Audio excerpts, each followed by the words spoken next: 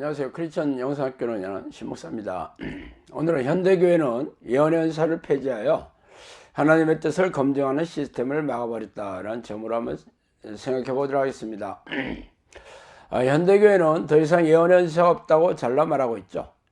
그 이유는 성경이 완성되었으므로 더 이상 하나님의 계시가 필요 없다면서 말입니다. 그러나 그런 얘기는 성경에는 없어요. 사람들이 자의적으로 성경을 해석해서 주장하는 것 뿐입니다. 오히려 성경에는 정반대의 권면을 하고 있지만 이미 마음을 닫아버린 교단 신학자들과 이들의 지형을 추정하는 목사들은 거들떠보지도 않죠. 그래서 어떤 일이 일어났냐고요? 현대교회의 가르침의 진위를 판단해주는, 하나님의 뜻을 전달해주는 사람이 없어졌다는 것이죠. 그래서 교단에서 숭배하는 신학자의 성경 해석이나 주장이 성경 위에 있는 기이한 현상이 생겨났습니다. 참으로 개탄스러운 일이 아닐 수 없죠. 그래서 오늘은 그 얘기를 좀 하고 싶어요. 예언을 멸시하지 말고, 데살로니가 전서 5장 20절 말씀이죠. 그런즉 내 형제들아 예언하기를 사모하며, 또 고린도전서 14장 39절 말씀입니다. 나는 너희가 다 방언하기를 원하나 특별히 예언하기를 원하노라. 만일 방언을 말하는 자가 통역하여 교회의 덕을 세우지 아니하면 예언하는 자만 못하니라. 고린도전서 14장 5절이죠. 예언은 언제든지 사람의 뜻으로 낸 것이 아니요 오직 성령의 감동하심을 받은 사람들이 하나님께 받아 말한 것임이라. 베드로서 1장 21절입니다. 이와 같이 성경은 예언을 멸시하지 말고 예언을 사모하며 예언하기를 원한다고 선포하고 있죠.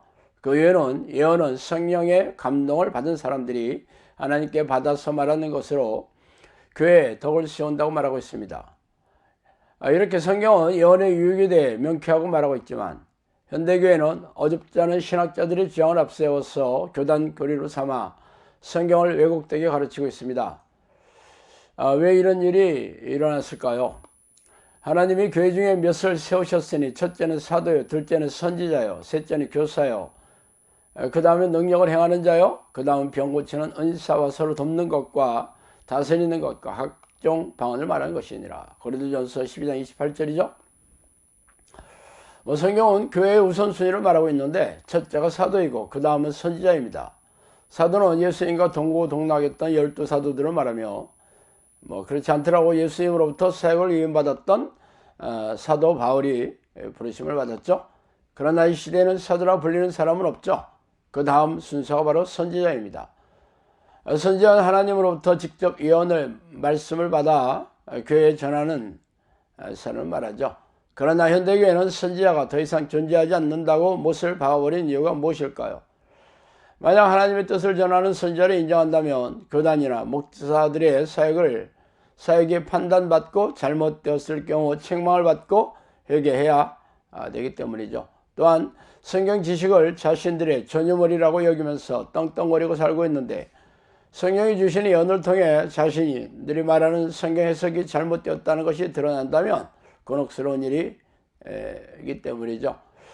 그러나 그뿐 아니라 예언의 은사를 받은 예언자들은 교회 안에서 높은 위치를 차지하고 있죠. 그러므로 이들의 존재를 인정한다면 교회에서 가장 높은 자리를 넘겨주어야 하지 않겠어요? 그래서 아예 예언의 은사는 이 시대에 더 이상 존재하지 않는다는 주장으로 덮어버렸죠. 현대교회에서는 예언의 은사를 폐지함으로 교회에서 자신들보다 위에 있는 사람을 없애버렸어요. 그래서 교단 교리를 떠받드는 목사들의 가르침이 곧 하나님의 말씀이 되어버렸습니다.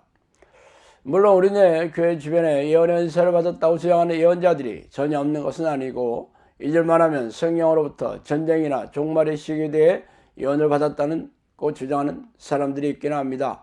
그래서 많은 사람들이 그들의 말에 혹해서 집회를 참석하고 귀를 기울이고 있기도 하고 마음이 마구 들떠 따라다니기도 합니다. 그러나 그들이 주장한 사건이 일어나지 않았고 그들이 말하는 시간에 종말의 증거도 없었어요. 사정이 이렇다 보니 예언을 부정하는 교회 지도자들은 겉보라면서 자신의 주장을 더 강하게 펼치고 있죠. 그러나 거짓 예언자들이 넘쳐난다고 예언의 은사가 사라지거나 참 예언자가 없다고 주장하는 게 성경적입니까?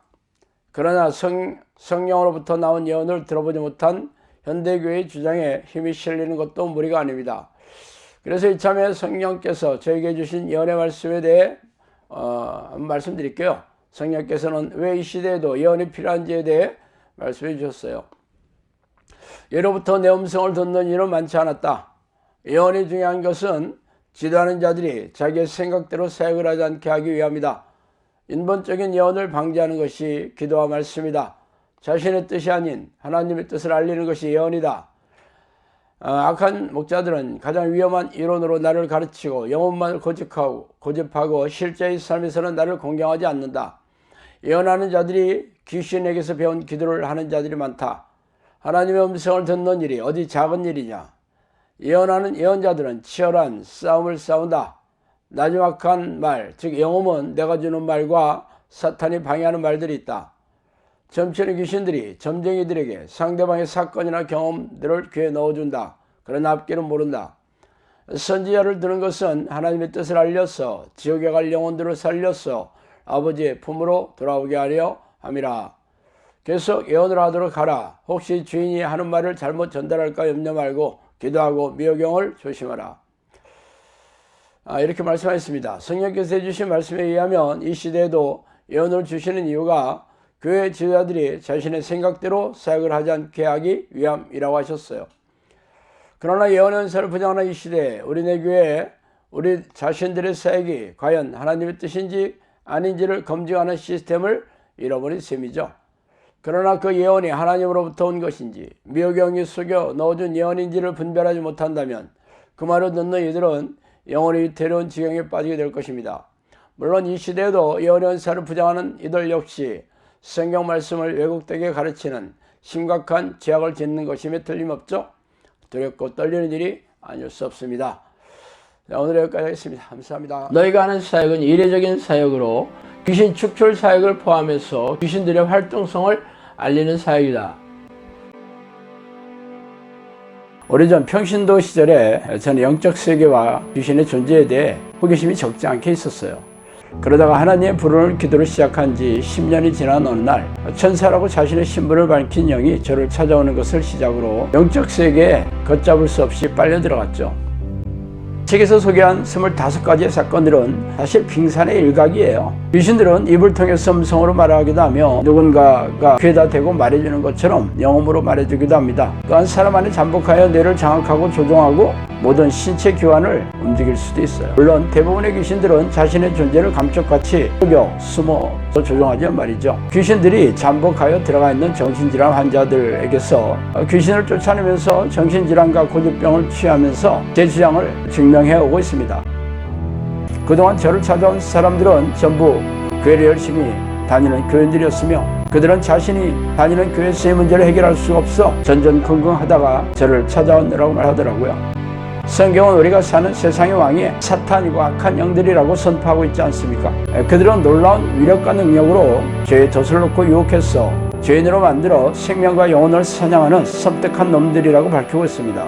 그래서 예수님은 죄를 부추기고 죄인으로 만드는 이놈들과 피 터지게 싸워 이기는 사람들만이 생명책에 이름이 지어지지 않을 것이라고 말씀하시지 않아요? 그러므로 귀신들의 정체와 공격에 무지한 교인들은 속아서 포로로 잡혀있으며 이 땅을 떠나면 지옥불에 던져질 운명의 셈이죠.